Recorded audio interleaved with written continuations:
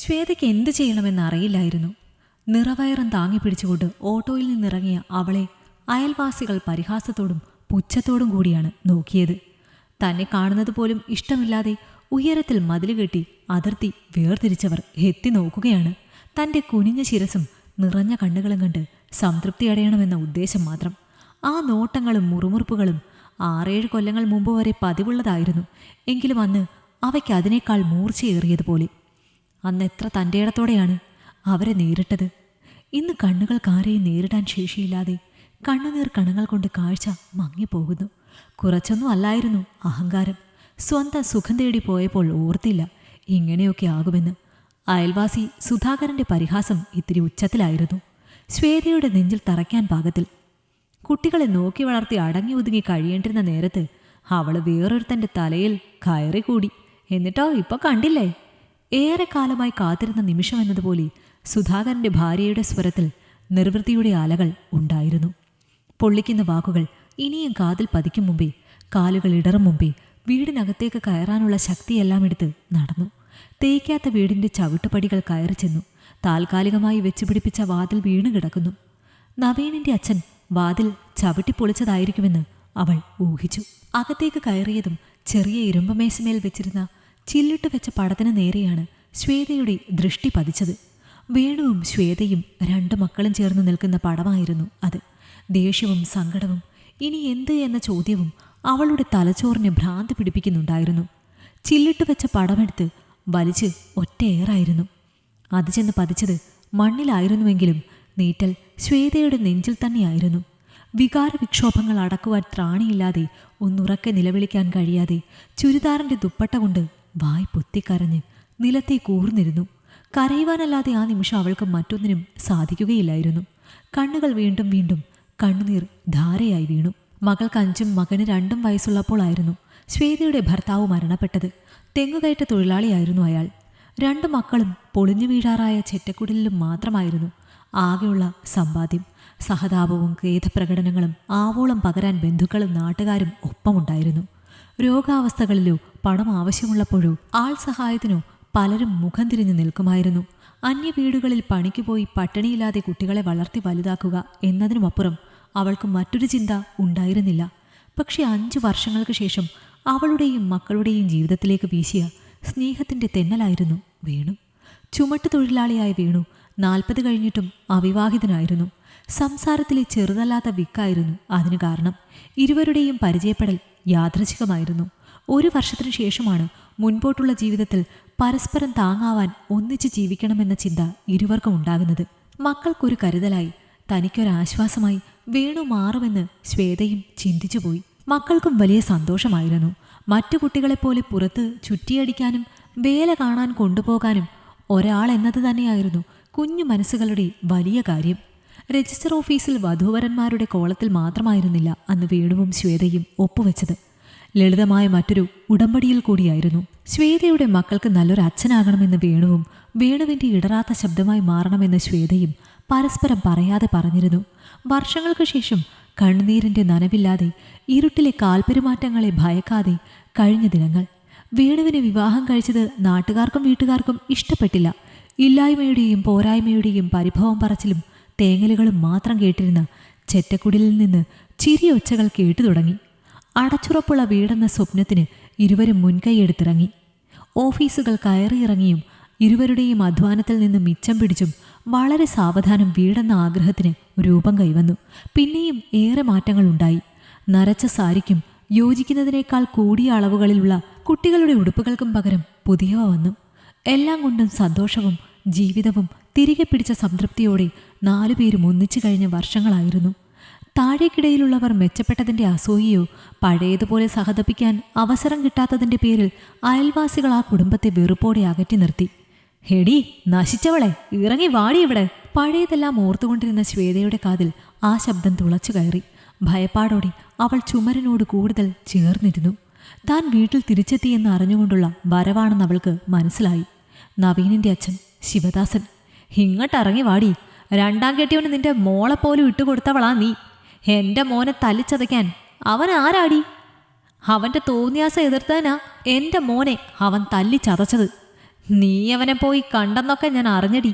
നീ അവനെ ഇറക്കിക്കൊണ്ട് വരികയും ചെയ്യും. അത്രയ്ക്കും തരം താണവളാണ് നീ എന്ന് എല്ലാവർക്കും അറിയാം. ഒന്നോർത്തോ, അവനെപ്പോലെ ഒരു ആഭാസനെ ഈ നാട്ടിൽ കാലുകുത്താൻ ഞങ്ങൾ നാട്ടുകാർ സമ്മതിക്കില്ലടി. ശ്വേത വയറിൽ കൈ ചേർത്ത് വെച്ച് കരഞ്ഞു. ഇറങ്ങിച്ചെന്നാൽ കലിയിളകി നിൽക്കുന്ന ശിവദാസൻ പെണ്ണാണെന്നോ പൂർണ്ണ ഗർഭിണിയാണെന്നോ നോക്കില്ല. വയറ്റിലെ കുഞ്ഞിനെ ഓർത്ത് അവൾ പേടിച്ചു. എത്ര പെട്ടെന്നാണ് ജീവിതം മാറി മറിയുന്നത്. കഴിഞ്ഞ ഞായറാഴ്ച വരെ ലോകത്തിലെ ഏറ്റവും ഭാഗ്യം ചെയ്ത മക്കൾ തൻ്റേതാണെന്ന് വിചാരിച്ചു. ജന്മം നൽകിയ അച്ഛൻ അകാലത്തിൽ പൊലിഞ്ഞുപോയെങ്കിലും പകരക്കാരനായി വന്നയാൾ ആ ഒരു കുറവറിയിക്കാതെ നോക്കുന്നത് കാണുമ്പോൾ ഏത് സ്ത്രീയാണ് സന്തോഷിക്കാത്തത്? അച്ഛനും മകളും തമ്മിലുള്ള ചെറിയ പിണക്കമാണെന്നാണ് ആദ്യം കരുതിയത്. അടികൊണ്ട് വീർത്ത കവിളുമായി തനിക്ക് മുഖം തരാതെ ഒഴിഞ്ഞുമാറിയ മകളെ നിർബന്ധിച്ച് കാരണം തിരക്കുമ്പോഴാണ് വേണുവേട്ടൻ ഇടയ്ക്ക് കയറി വന്നത്. തന്നെയും വേണുവേട്ടനെയും പേടിയോടെ മാറി മാറി നോക്കിക്കൊണ്ട് അവൾ നിന്നു. ശ്വേതേ, ഇവള് എനിക്ക് മോളെപ്പോലെയല്ല, മോളാണ്. മക്കള് തെറ്റ് ചെയ്താൽ അച്ഛനമ്മമാർ ചോദിക്കാനും തിരുത്താനുമുള്ള അവകാശമില്ലേ? അത്രയേ ഞാനും ചെയ്തുള്ളൂ, അല്ലേ മോളെ? വിക്കിക്കൊണ്ട് വേണുവേട്ടൻ പറഞ്ഞ് അവസാനിപ്പിച്ചു. ശരിയെന്ന ഭാവത്തിൽ മകളും തലയാട്ടി. എന്താ കാര്യം വേണുവേട്ടാ? 10-16 വയസ്സായ മോളെ തല്ലാൻ മാത്രം എന്താണുണ്ടായത്? അത് പെൺകുട്ടിയോള് ആവുമ്പോൾ ഈ പ്രായത്തിൽ ഇതൊക്കെ ഉണ്ടാവും. നാട്ടിലെ ഒരു പയ്യനുമായി അടുപ്പമുള്ളത് വേണുവേട്ടൻ കണ്ടുപിടിച്ചെന്നും അത് ചോദ്യം ചെയ്തതിന് അവൾ തർക്കുത്തരം പറഞ്ഞെന്നും തുടർന്നാണ് അടിക്കേണ്ടി വന്നതെന്നും എല്ലാം കുറേ നേരമെടുത്താണ് തന്നെ പറഞ്ഞ് ബോധ്യപ്പെടുത്തിയത്. പക്ഷേ എന്തിൻ്റെ പേരിലായാലും മകളെ തല്ലരുതെന്ന് വേണുവേട്ടനോട് കടുപ്പിച്ച് തന്നെ പറഞ്ഞു. പക്ഷെ അന്നു മുതൽ അച്ഛനും മകളും തന്നോടെന്തോ മറയ്ക്കുന്നത് പോലെ തോന്നിയിരുന്നു. അന്നു മുതൽ ഇന്നലെ വരെ വേറെ പ്രശ്നങ്ങളൊന്നും ഇല്ലാതെയാണ് കടന്നുപോയത്. ഞായറാഴ്ചകളിൽ വേണുവേട്ടനും മക്കളും മാത്രമാണ് വീട്ടിൽ. മകൻ മിക്കവാറും കൂട്ടുകാരോടൊപ്പം പാടത്ത് കളിക്കാൻ പോയിട്ടുണ്ടാകും. താൻ പണിക്ക് പോകുന്ന വീട്ടിൽ നിന്നും വരാൻ ഉച്ചയാകും. ഇന്നും അങ്ങനെ ഒരു ഞായറാഴ്ചയായിരുന്നു. വേണുവേട്ടൻ്റെയും മക്കളുടെയും കൂടി ഒന്നിച്ചിരുന്ന് ഊണ് കഴിക്കാനുള്ള ആഴ്ചയിലെ ഒരു ദിവസം. പണികളെല്ലാം ധൃതിയിൽ ഒതുക്കുമ്പോഴാണ് മകൻ അടുത്തേക്ക് ഓടി വന്നത്. അപ്പോൾ തന്നെ പോലീസ് സ്റ്റേഷനിൽ നിന്ന് വിളിയും വന്നു. ആളൊഴിഞ്ഞ പറമ്പിൽ വെച്ച് രണ്ടാനച്ഛൻ മകളെ ഉപദ്രവിക്കാൻ ശ്രമിച്ചതും അത് കണ്ടുവന്ന് തടയാൻ ശ്രമിച്ച ചെറുപ്പക്കാരനെ അയാൾ തല്ലിച്ചതച്ചതും നാട്ടുകാർ ഇടപെട്ട് അയാളെ പോലീസിൽ ഏൽപ്പിച്ചതും മകളെ ശിശു സംരക്ഷണ സമിതി ഏറ്റെടുത്തതുമെല്ലാമായിരുന്നു ശ്വേതയ്ക്ക് കിട്ടിയ വിവരം. മകനെ ജോലി ചെയ്യുന്ന വീട്ടിലേൽപ്പിച്ച് നേരെ ചെന്നത് പോലീസ് സ്റ്റേഷനിലേക്ക് തന്നെയായിരുന്നു. കേട്ടത് വിശ്വാസം വരാതെ അഴിക്കുള്ളിലെ വേണുവിൻ്റെ അടുത്തേക്ക് നീങ്ങി. എന്താ ഞാൻ കേട്ടത്? നിങ്ങൾ എൻ്റെ മോളെ? അഴികളിൽ പിടിച്ച് കരഞ്ഞു നിന്ന ശ്വേതയുടെ അരികിലേക്ക് അടി കിട്ടിച്ചതഞ്ഞ പാടുകളുമായി വേണു വന്നു. വിക്കിക്കൊണ്ട് എന്തെല്ലാമോ പറയാൻ ശ്രമിക്കുന്നുണ്ടായിരുന്നു. കെട്ടിയോന് നല്ലവണ്ണം കൊടുത്തിട്ടുണ്ട്. ഭാര്യയ്ക്ക് നൊന്ത് കാണുമല്ലേ? നീയൊക്കെ ഒരു അമ്മയാണോടി? കോൺസ്റ്റബിളിൻ്റെ വാക്കുകളിലെ അവജ്ഞയും കുറ്റപ്പെടുത്തലും ഒന്നും അവൾ ശ്രദ്ധിച്ചില്ല.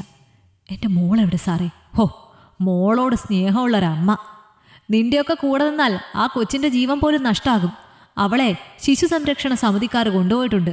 ഇനി നിൻ്റെയും കെട്ടിയോൻ്റെയും മോളുടെയും കാര്യം കോടതി തീരുമാനിക്കും.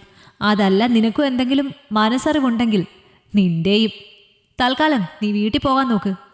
അവിടെ നിന്നിട്ട് ഒരു പ്രയോജനം ഇല്ലെന്നറിയാവുന്നത് കൊണ്ട് വീട്ടിലേക്ക് തന്നെ തിരിഞ്ഞു. ഇറങ്ങി വരുന്നുണ്ടോ? അല്ലെങ്കിൽ നിന്റെ ഈ മണിമാളികയ്ക്ക് ഞാൻ തീ വയ്ക്കും. വീണ്ടും ശിവദാസന്റെ ഉറക്കെയുള്ള ശബ്ദമാണ് അവളെ ചിന്തയിൽ നിന്ന് ഉണർത്തിയത്. മറ്റൊരു വഴിയില്ലാതെ ശ്വേത ഇറങ്ങിച്ചെന്നു. ഹോ, വന്നല്ലോ. അവൻ്റെ കൊച്ചിനെ ചുവന്ന് നടക്കാൻ നിനക്ക് നാണമില്ലടി? നിങ്ങൾ ഇത്രയും നേരം പറഞ്ഞത് ഞാൻ കേട്ടു, സഹിച്ചു, ക്ഷമിച്ചു. ഒന്നും അറിയാത്ത, ഭൂമിയിൽ പിറന്നിട്ട് കൂടിയില്ലാത്ത ഈ ജീവനെ എന്തിനു പറയണം? അതിന് നിങ്ങൾക്ക് എന്ത് അധികാരമാണുള്ളത്? ശ്വേതയിലെ അമ്മ ശിവദാസന് നേരെ വിരൽ ചൂണ്ടി. എൻ്റെ മകനെ ഉപദ്രവിക്കാൻ അവനെന്ത് അധികാരമാണടി? ഉഗ്രകോപത്തോടെ ശിവദാസൻ ശ്വേതയെ പിടിച്ചു തള്ളി. എവിടെയും പിടുത്തം കിട്ടാതെ ശ്വേത തറയിലേക്ക് വീണു. എന്നിട്ടും ശിവദാസന്റെ കലി അടങ്ങിയില്ല. അവന് പോലീസ് സ്റ്റേഷനിൽ നിന്ന് തന്നെ കണക്കിന് കിട്ടിയിട്ടുണ്ടാകും. ഇപ്പോൾ അതിനൊക്കെയുള്ള പിടിപാടൊക്കെ എനിക്കവിടെ ഉണ്ടടി. എന്നാലും ഈ നാട്ടിൽ അവനിനി വാഴില്ല. മുന്നറിയിപ്പും കേട്ടാൽ അറയ്ക്കുന്ന അസഭ്യവർഷവും കഴിഞ്ഞ് അയാൾ പോയപ്പോഴാണ് ശ്വേതയ്ക്ക് പേടി മാറിയത്. പക്ഷേ പിറക്കാനിരിക്കുന്ന കുഞ്ഞിൻ്റെ നില അപകടത്തിലേക്ക് എന്ന പോലെ അവൾ വീണുകിടന്ന തറയിൽ രക്തം ഒഴുകി പരന്നു തുടങ്ങി. ഇതേ സമയം വേണു ചെയ്യാത്ത തെറ്റിൻ്റെ പേരിൽ ക്രൂശിക്കപ്പെടുകയായിരുന്നു. മകളെ വീട്ടിൽ കാണാതെ ആയപ്പോൾ സംശയം തോന്നിയാണ് പുറകിലെ കാട് പിടിച്ച പറമ്പിലേക്ക് നടന്നത്. കഴിഞ്ഞ ആഴ്ചയിൽ അസ്വാഭാവികമായ രീതിയിൽ നവീനും മകളും ഇടപഴകുന്നത് കണ്ട് ചോദ്യം ചെയ്തതിൻ്റെ പേരിൽ നടന്ന കലഹം ഓർമ്മയിൽ വെച്ച് തന്നെയാണ് വേണു അവിടേക്ക് പോയത്. ഇത്തവണ വേണു തികച്ചും ഞെട്ടിപ്പോയിരുന്നു. മകളുടെ കയ്യിൽ എന്തോ മരുന്ന് നിറച്ച സിറിഞ്ച് കുത്തിവെക്കാൻ ഒരുങ്ങുന്ന നവീൻ. എടാ! ഒരലർച്ചയിൽ മകളും നവീനും ഒരുപോലെ അമ്പരന്നു. നവീൻ കയ്യിലെ മരുന്നും സൂചിയുമെല്ലാം കുറ്റിക്കാട്ടിലേക്ക് വലിച്ചെറിഞ്ഞ് ഓടാൻ തുടങ്ങി. വേണുവിനെ ഭയന്ന് മകളും പുറകെ ഓടി. വേണുവിന് ആദ്യം കയ്യിൽ കിട്ടിയത് മകളെയായിരുന്നു. പെട്ടെന്നുണ്ടായ ദേഷ്യത്തിൽ അവളെ പിടിച്ച് വലിച്ചപ്പോൾ അവൾ താഴെ വീണു. നവീനെയും വേണു പിടികൂടിയിരുന്നു. നവീനെ തലങ്ങും വിലങ്ങും തല്ലുമ്പോഴാണ് ഒച്ചകേട്ട് നാട്ടുകാർ ഓടിവരുന്നത്. വാദിപ്രതിയാകാൻ അധിക സമയം വേണ്ടി വന്നില്ല.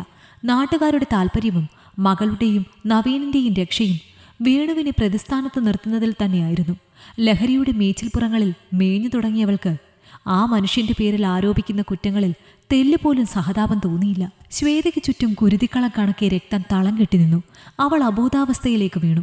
സമൂഹത്തിന്റെ മുൻവിധിയുടെയും കാപട്യത്തിന്റെയും മനുഷ്യബലിയായി വേണു ഇരുമ്പഴികളിൽ തല ചായ്ച്ചിരുന്നു. പിറക്കാനിരിക്കുന്ന കുഞ്ഞിന്റെ ഒച്ചയല്ല, ശ്വേതയുടെ കരച്ചിലുമല്ല, മകളുടെ ക്ഷമാപണവുമല്ല, മറ്റെന്തൊക്കെയോ വേണുവിന്റെ കാതിൽ കേൾക്കാനായി. നീതിയുടെ ചിലമ്പണിഞ്ഞ് സത്യത്തിന്റെ പടവാളേന്തി ധർമ്മത്തിന്റെ അരമണി കുലുക്കി ഉറഞ്ഞു തുള്ളുന്ന സമൂഹത്തിന്റെ ആക്രോശമായിരുന്നു അത്. അവസരവാദത്തിന്റെ കറുത്ത തുണി വീണ് ആ രൂപത്തിന്റെ കണ്ണും വായും കാതുമെല്ലാം അപ്പാടെ മൂടിയിരുന്നു. ശ്വേതയും വേണുവും കിടക്കുന്ന കാലത്തിന്റെ കുരുതിക്കളത്തിന് ചുറ്റും ഉറഞ്ഞു തുള്ളാനല്ലാതെ ആ രൂപത്തിന് മറ്റൊന്നും ആവില്ലെന്ന തിരിച്ചറിവിൽ വേണുവിന്റെ ചുണ്ടിൽ ഒരു പുഞ്ചിരി എരിഞ്ഞമർന്നു. ഈ കഥ നിങ്ങൾക്കിഷ്ടമായെങ്കിൽ ലൈക്ക് ചെയ്യൂ. നിങ്ങളുടെ അഭിപ്രായങ്ങൾ കമന്റായി രേഖപ്പെടുത്തൂ.